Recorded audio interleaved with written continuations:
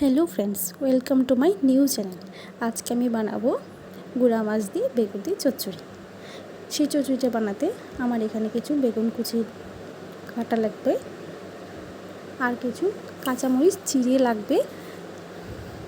আমি এটাকে মেখে নেব। আগে একটা বাটিতে বেগুন কুচি নিয়ে তার মধ্যে মাছগুলি দিয়ে কাটানো পেঁয়াজ আর সেখানে কুচি করে রাখা মরিচগুলো কাঁচামরিচ বাটা দিয়ে দিলাম।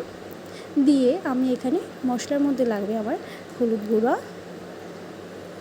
জিরের গুঁড়ো আর দিয়ে দেব শুকনো মরিচের গুঁড়ো। আমার কাছে কাশ্মীরি শুকনো মরিচের গুঁড়োটা নেই, থাকলে দিতাম, আপনারা থাকলে দিয়ে দেবেন। তারপর দিয়ে দেব লবণ, স্বাদ অনুসারে লবণ দিয়ে দেবেন। আর কিছুটা সর্ষের তেল দিয়ে আমি এটাকে ভালো করে মেখে নেব। মাখানোর পর আমি কড়াইতে তেল দিয়ে এটাকে দিয়ে দেব। আমি এখানে ভালো করে ভেজে নেব, হাই আঁচে আমি ভেজে নেব যাতে জলটা শুকিয়ে যায়।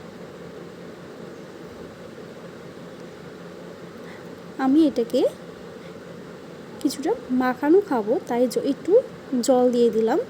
আপনারা চাইলে মাখা না গেলে শুকনো কালে এটার মধ্যে জলটা স্কিপ করে দেবেন।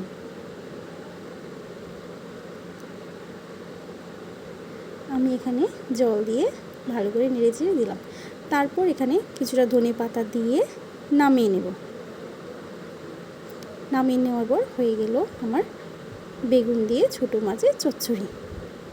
ভালো লাগলে একটু সাবস্ক্রাইব করে দেবেন, লাইক করবেন, কমেন্ট করবেন। Thank you friends.